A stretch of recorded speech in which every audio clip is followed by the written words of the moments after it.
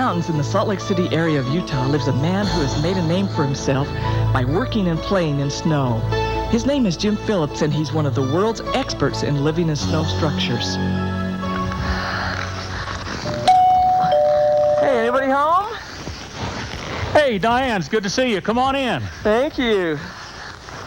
Boy, this is amazing. It's so different inside than it is outside. Tell me about the different kinds of snow houses there are.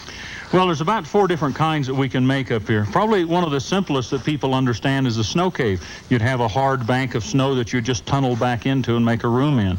Then there's the snow house like we're in right now, and that's where you'd actually saw snow blocks in the hard snow and peek them over our heads like it is in here to make kind of a pup tent. Then you have the traditional, the greatest one of all, which is the igloo, and that's the spiral-shaped blocks that you spiral up. That's the most difficult for people to build. I think the simplest and easiest that everybody could do is the snow-mound house, sometimes called a quanchi, and that's where you just pile up snow, and you could do this in your own backyard, and then you would let it set overnight and go in and hollow it out. Everybody can do that. Well, let's go to my backyard and make one. Sure, there's enough snow there. Let's do it. Nothing like it. You know, we're going to do the same thing here in the backyard, but I think we're going to need some reinforcement. Okay.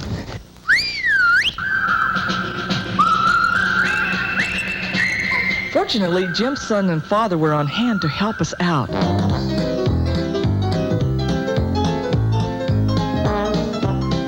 The first step in creating a snow dome is to make a large amount of snow about 4 feet high.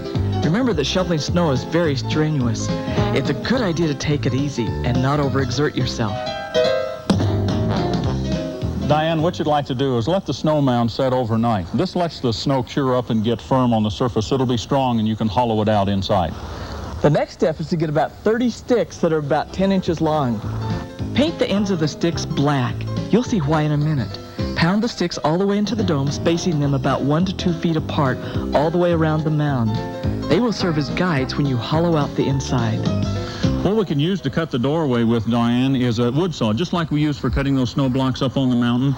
And first thing that I'll do is I'll take and I'll just score an entryway.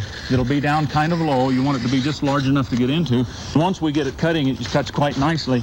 Then we'll just break this entrance out with a shovel in here. So this will give us a nice clean cut for that opening on this thing.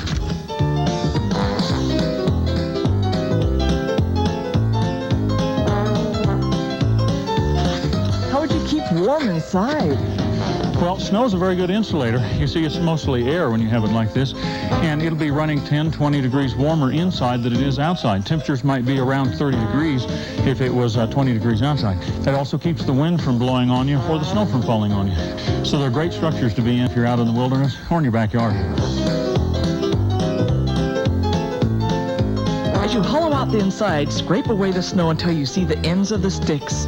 This will assure you that your walls are an even 10 inches thick. Line the floor with a tarp or plastic sheet, and your snow dome is done. Wow, it's all done. It looks great. Neat, aren't they? They are. Are there any dangers with the snow houses? Some people worry about them collapsing, but that's not a problem. The real danger you have is with fire. People should not have any kind of stoves or heaters inside of them at all. Just stay inside of them just like they are. Well, thanks. I'm going to get ready to camp here tonight.